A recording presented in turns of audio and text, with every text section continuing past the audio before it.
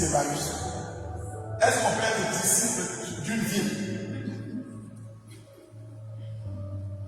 Ils sont partis comme disciples d'Emmaüs, mais ils sont revenus comme disciples du Christ. Ils ne sont pas restés à Emmaüs. Ils ont quitté Emmaüs. Tu dois quitter ta zone de confort. Vous êtes venus de nombreux groupes de prière, de communauté, tout ça. Mais vous n'êtes pas disciples de cette communauté et de cette communauté de prière. Vous êtes un ambassade pour le Christ. Et quand l'onction est vraiment dans votre vie, aucune communauté, aucun groupe de prière ne peut vous le dire. Vous opérez de façon transversale. Moi, ma communauté est comme moi. Et puis je suis.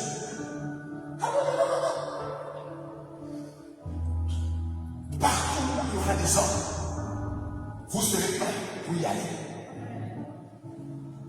C'est de ça qu'il s'agit. Ce qui m'a impressionné dans Luc 24, c'est que Jésus leur explique les Écritures. Donc, il fait une œuvre ordinaire. Mais qu'est-ce qui se passe? Qu'est-ce qui se passe? Eux, ils disent, nos cœurs n'étaient-ils pas embrasés d'un feu pendant que lui, il nous expliquait l'Écriture? Jésus ne met pas le feu dans le cœur des hommes. Il explique l'Écriture. Mais qui met le feu dans leur cœur? Qui met le feu dans leur cœur? Quand vous avez l'onction, c'est bien si vous êtes éloquent, mais ce n'est pas nécessaire que vous soyez éloquent. C'est l'esprit qui est éloquent dans le cœur des gens. Vous avez compris ça? Et pourquoi les gens, moi je ne suis pas parlé comme un père à autant, je pense que je ne peux pas enseigner. Qui t'a dit ça? Qui est-ce qui t'a donné cette information? Les mots, des faibles mots, des mots ordinaires, des mots sains, prendront une autre altitude, une autre ampleur. Il y a ce que tu dis et il y a la résonance qui est derrière ce que tu dis. Et ça dépend de l'onction. Écoutez ce qui se passe. Maintenant, en Marc, pour étayer mon propos, Marc 16, le verset 20. Il s'en allait prêcher. Pour eux, on parle des disciples. Qu'est-ce qu'ils ont fait? Ils s'en allaient prêcher. Ça veut dire, c'est le travail ordinaire, le travail classique.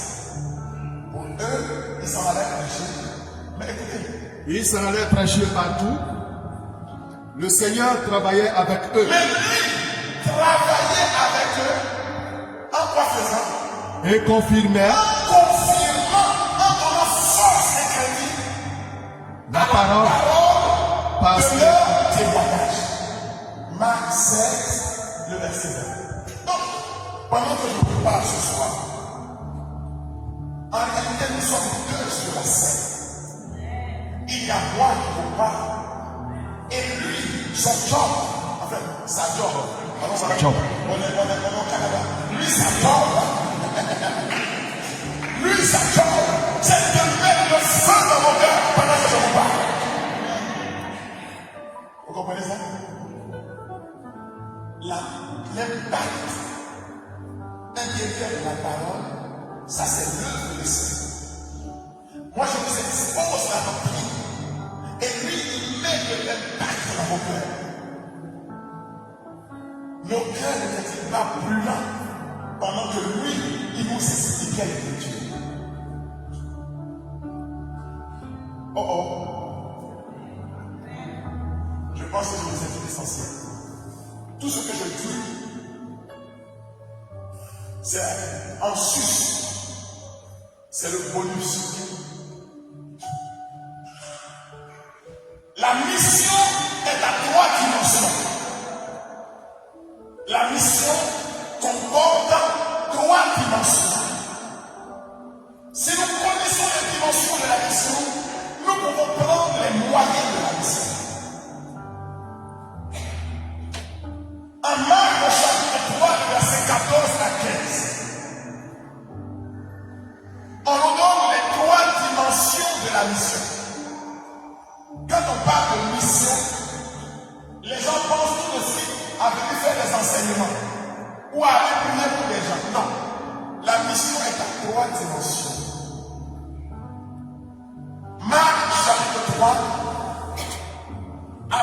verset 14 jusqu'au verset 15. Jésus, la mission de l'Église doit être le prolongement de la mission de Christ. Et la mission de l'Église doit être calquée sur le paradigme de la mission de Christ. Ça veut dire que la mission de l'Église n'est pas une mission différente de la mission de Christ. On ne dit pas le Christ a fait sa mission, maintenant nous on fait notre mission. Il a décidé pour lui, nous on va décider, on va faire comme ça. L'Église, c'est le Christ qui continue dans le monde de notre temps. Car le Christ, il est à la fois le Christ tête, celui qu'on appelle Jésus-Christ, et le Christ corps, celui qu'on appelle l'Église. Jésus-Christ est le Christ tête, et l'Église est le Christ corps. Caput Christi, corpus Christi. Et les deux forment le Christ total. On ne peut jamais séparer la tête d'un corps. Si j'enlève votre tête, votre corps ne va nulle part. Or, les gens ont congédié la tête, le Christ, et ils veulent que le corps marche tout seul. Dis aïe. Je n'ai pas entendu. Est-ce que c'est possible? C'est un corps qui marche sans tête. Beaucoup de chrétiens se fourvoient parce qu'ils pensent qu'il faut réinventer la mission. Non. La mission, c'est la mission de Christ. À la fois tête et corps. Et là où va la tête, là suit le corps. La tête donne la direction et le corps suit la direction. C'est bon pour tout le monde? Le Christ, il n'est pas déplacé. Ne pensez pas qu'il faut actualiser le Christ. Parce qu'on n'était pas habitué à une culture de la vitesse et du changement. Que les gens veulent maintenant un Christ tout nouveau, différent du Christ de l'évangile. Bon, excusez-moi. Hébreu, chapitre 13, verset 8. Jésus-Christ est le même. Je n'ai pas entendu. Il est le même. Il est le même. Il est le même. Il est le même. Ici avec nous, il est le même. Même si il est le même.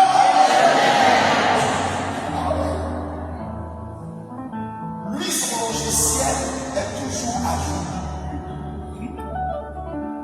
Oh oh. Oh oh. Qui est comme Jésus? Qui est comme Jésus? Le temps passe, mais il reste cher. Tout se change, mais il reste le même. C'est pourquoi je me fie à. En fait, c'est mon boss. Donc, mon boss est mon boss. Bon, on était où là? On était à Marc chapitre 3, verset 14. Il en établit 12 pour les avoir avec lui. Tu as la chance d'avoir dans le téléphone différentes versions de la Bible. Oui. Je veux que tu prennes maintenant Aleph, qui est la bonne version de la Bible, parce que c'est la Bible liturgique. Et le langage est beau. Hein? Voilà. Il désigna Il en désigna ainsi 12 qu'il nomma apôtres et qui devraient être constamment avec lui. Il est choisi. Dans ma version ici, il est choisi. Quand Dieu le choisit, pourquoi? Pour les avoir avec lui. La première dimension de la mission, c'est partager le style du Christ. La première dimension de la mission, c'est vivre le Christ. Je ne peux pas aller prêcher le Christ quand je ne vis pas le Christ. Oh oh. La première dimension de la mission, c'est de partager le style du Christ. D'ailleurs, en Galates 2:19, Paul dit, si je vis, ce n'est plus moi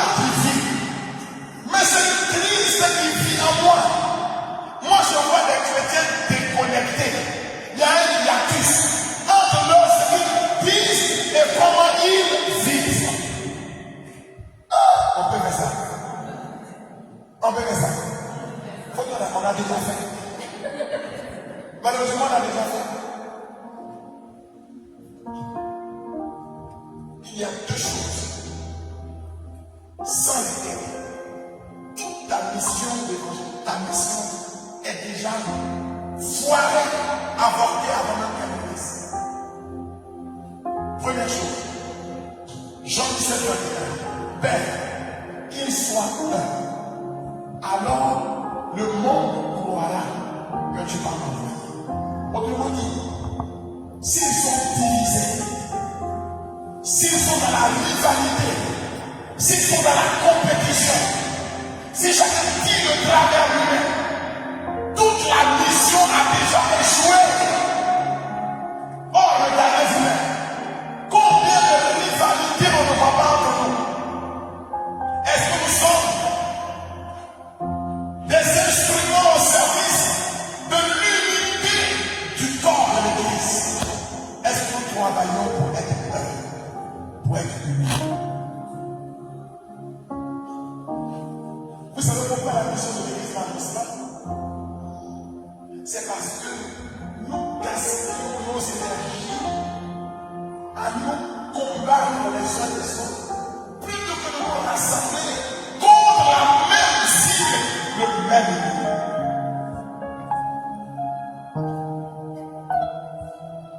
Il est rare de voir aujourd'hui des chrétiens qui sont dans l'admiration des autres différents d'eux. Quand on va faire réfugié ici, on va avoir des gens parmi nous qui vont recevoir le nom de réaliser. Certains vont commencer à prophétiser. Et puis il y en a qui vont dire, mais pourquoi ce frère depuis la seconde et pas moi? Il est là, Seigneur, parce que finalement, je viens de prophétiser. Alors que nous devons être dans l'émerveillement quand Dieu utilise vos frères. Est-ce que tu es heureux quand Dieu utilise tes frères? Et puis il y en a qui pensent qu'ils ont le monopole d'être utilisés. Ça veut dire que Dieu ne sont pas une personne pour être utilisée.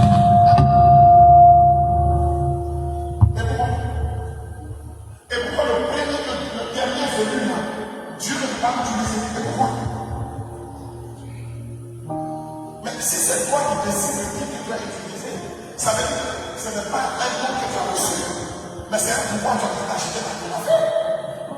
Mais si toi tu as reçu gratuitement sans un mérite, pourquoi tu ne peux pas utiliser quelqu'un d'autre gratuitement et sans un mérite?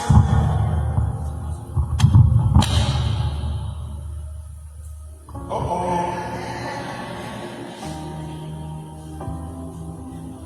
Le style, les avoir avec lui. La première mission, c'est de travailler pour être avec lui. Pour travailler pour être avec lui comme lui, il te faut travailler avec lui. Deuxième, ceux qui s'inconvénissent à ajouter à la communauté de l'Église ne viennent que s'ils trouvent chez nous. Le regarder comme il sait. Si nous nous aimons et si nous sommes unis, nous accomplissons la première dimension de la mission. Avant d'aller jusqu'à former, parler d'abord dans ta propre maison. Aimons-nous d'abord. J'ai vu quelqu'un qui disait à Abidjan, aimons-nous vivant. Son parent est mort et les gens faisaient des éloges. Il a assis dans le élevé. À la fin de la messe, on le voit qu'il est élevé. Il dit aimons-nous vivant. Vous savez quoi? Il dit le doigt la terre là, il se fait. Il n'y avait personne qui fasse des éloges ici. Quand vous mourrez, vous devenez une vedette. Commençons à fêter les gens vivants, à les apprécier vivants. Plutôt que de faire, comment ils appellent ça? Le discours posthume. Oui. L'oraison. Comment on va appeler? Oraison funèbre. Et l'oraison là. Voilà. L'hommage. Tu n'as pas fait un hommage pendant que tu vis. Je meurs. Si jamais tu viens au pupitre pour faire les hommages, j'ouvrirai un œil pour te regarder.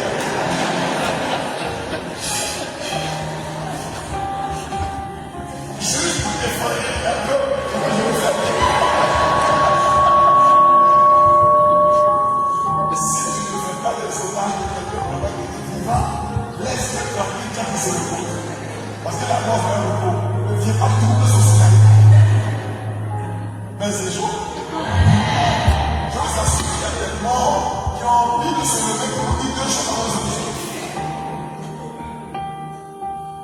Amour et unité. Première dimension de la mission. L'ornement des vertus, amour et unité. Deuxième dimension de la mission. Il a choisi de les avoir avec lui, mais il a choisi aussi de les envoyer prêcher. Il les envoya annoncer l'évangile Il les envoya annoncer. avec Quels sont les outils de l'annonce? Premièrement, la prière. Deuxièmement, la connaissance de la parole de Dieu. Oh. Si tu te sens appelé à rendre témoignage, tu prends soin de déployer tes performances, c'est ce qu'on appelle le renforcement de tes capacités, en employant les outils que sont la prière et l'annonce des Écritures. Je ne peux pas venir me mettre devant vous pour vous faire un enseignement si je ne prends pas le temps de prier pour vous avant d'être ici. Si vous voulez que votre parole porte, vous avez besoin de deux choses: la prière et l'étude des Écritures. Pour que ce que vous avez dit vienne avec de la preuve de Dieu. Troisième dimension de la prière, c'est quoi? avec le pouvoir de chasser les démons. Avec le pouvoir d'accomplir les œuvres. Première dimension de la mission de quoi? Bâtir une communauté, amour et unité. On ne fait pas la mission seul. On fait la mission en équipe. Chacun avec son don. Deuxième dimension de la mission, c'est l'annonce directe de la parole. Et l'annonce directe de la parole s'appuie sur la prière et l'étude des Écritures. Troisième dimension de la mission, c'est accomplir des œuvres. Et pour accomplir des œuvres, ça s'appuie sur les dons charismatiques. Je finis. Quels sont les outils de la mission? 1. Pour bâtir la communauté, il faut quoi? Aimer et travailler pour l'unité. 2. Annonce directe de la parole, le témoignage. Pour cela, il faut quoi? 2 citoyens. La prière et l'étude de la parole. 3. Bâtir des œuvres, chasser les mal. Là, il faut les dons charismatiques. Et demain, nous allons développer les dons charismatiques largement. Tu as besoin du revêtement de la puissance des charismes.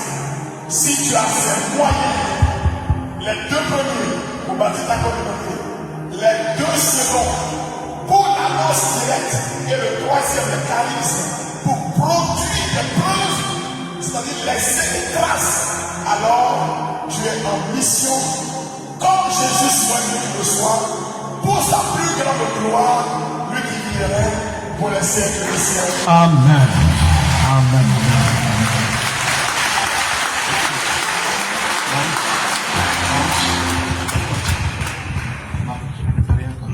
Nous allons oublier pour les Non, on va donner, on va faire les offrandes et puis la quête, les informations.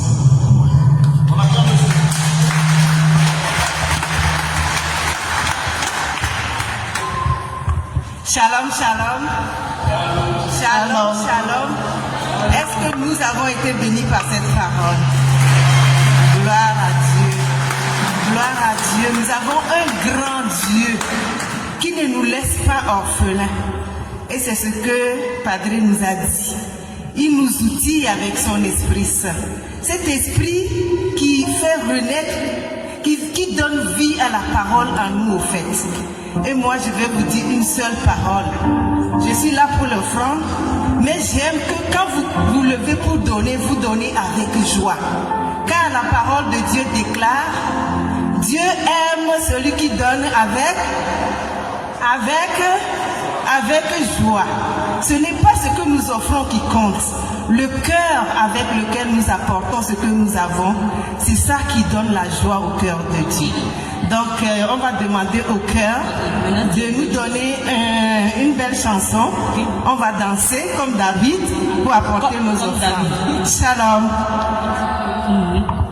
Je te sacrifierai à jamais mon cœur, tu es le Dieu tout-puissant. Je te sacrifierai à jamais mon cœur, tu es le Dieu tout-puissant.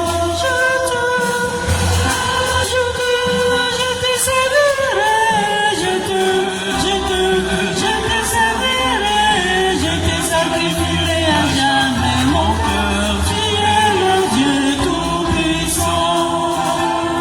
Je te sacrifierai à jamais ma vie, tu es le Dieu tout-puissant. Je te sacrifierai à jamais ma vie, tu es le Dieu tout-puissant. Je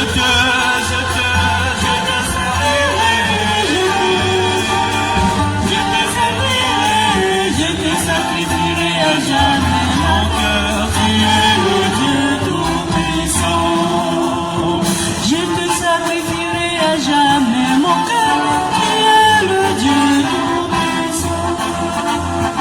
Je te sacrifierai à jamais mon cœur, tu es le Dieu tout-puissant. Je te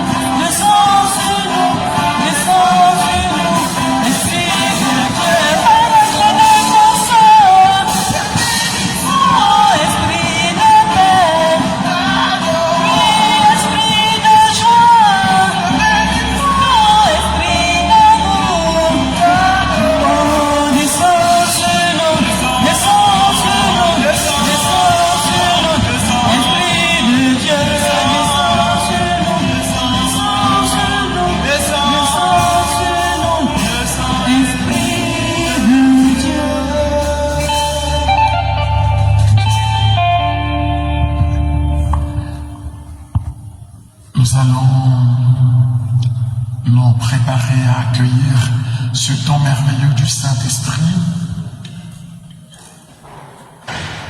Je veux croire que dans nos cœurs, il a fait naître la faim et la soif de lui. Il a suscité le désir de lui. Paul dit, évangéliser pour moi, ce n'est pas un motif de gloire. La nécessité m'a été imposée. Malheur à moi si je n'annonce pas l'évangile. Mais cette annonce, je ne peux pas la faire si l'Esprit lui-même ne prend pas le contrôle de mon cœur. 1 Corinthiens 12, le verset 4, car nul ne peut dire que Jésus est Seigneur si ce n'est par l'Esprit. Alors nous allons élever les mains dans sa présence. Nous allons reprendre le cantique. Esprit de Dieu. Et nous allons demander que le Saint-Esprit vienne sur nous. Et pendant que nous chantons ce cantique, nous allons demander à tous ceux qui ont fait le cheminement de venir ici à l'hôtel. Aux responsables de votre communauté, de m'accompagner. Nous allons commencer par la part eux pour la prière. Paul dit à Timothée, ravive le don de l'esprit qui est en toi et que tu as reçu lorsque je t'ai imposé. Alors je demande à tous qui ont fait le cheminement de la préparation à l'effusion de l'esprit de venir ici devant à l'autel qui représente le Christ lui-même, car c'est lui le Christ